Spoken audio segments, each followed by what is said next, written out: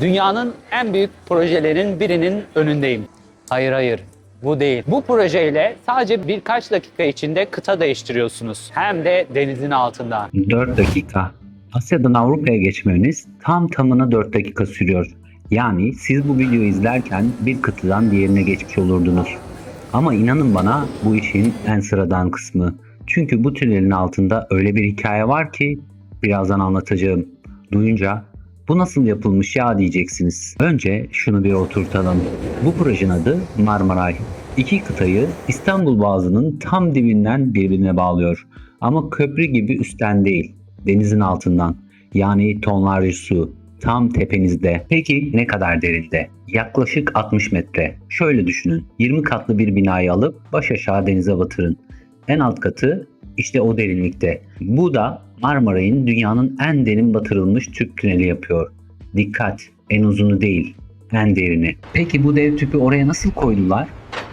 İşte burası tam bir çılgınlık. Tüpü tek parça yapmamışlar. Karada dev beton kutular dökmüşler. Her biri 18 bin ton. Yani tek bir parça Eyfel Kulesi'nden bile ağır. Sonra bu kutuları yüzdüre yüzdüre boğazın ortasına çekip tek tek denizin dibine indirmişler. Hem de milimetrik.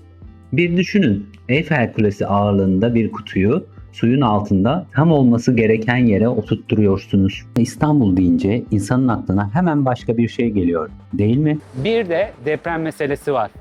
Ve bu lafın hiç şakası yok. Çünkü bu tünel dünyanın en tehlikeli fay hatlarının birine sadece 16 kilometre uzakta. Üstelik altındaki zemin yumuşacık, suya doymuş. Yani büyük bir depremde zemin adeta sulanıp tüneli içine çekebilir. Korkutucu değil mi? Mühendisler de tam böyle düşünmüş ve iki tane dahice çözüm bulmuşlar. Birincisi şu: tüneli sert tek parça bir boru gibi yapsalardı deprem onu cam gibi kırardı. Onun yerine 11 ayrı parçadan yapmışlar ve aralarına esnek bağlantılar koymuşlar. Yani tünel sallandığında kırılmıyor. 1,5 metreye kadar akordeon gibi esniyor. Eğiliyor ama kırılmıyor. İkincisi daha da güzel. Parçalar arasında kauçuk contalar var ve burada mantık tam tersine dönüyor. Deniz ne kadar ağır bastırırsa conta o kadar sıkı kapanıyor. Yani normalde düşman olan o devasa su basıncı burada tüneli su geçirmez yapan kahramana dönüşüyor. Bir de şunu netleştirelim. Çünkü neredeyse herkes yanlış biliyor. Marmaray 9 büyüklüğündeki depreme dayanır derler ya. Tam olarak doğru değil. Resmi hedef 7,5. O 9 rakamı sadece kağıt üstünde hesaplanmış. Bir ekstra güvenlik payı. Tünel şimdiye kadar 6,9'luk ve 6,2'lik bir depremi gördü. İkisinde de çizgi bile yoktu.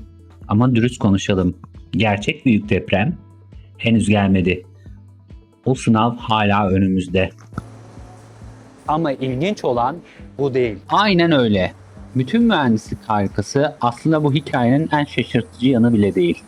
Asıl çarpıcı olan şu: bu fikir hiç de yeni değil. Çok ama çok eski.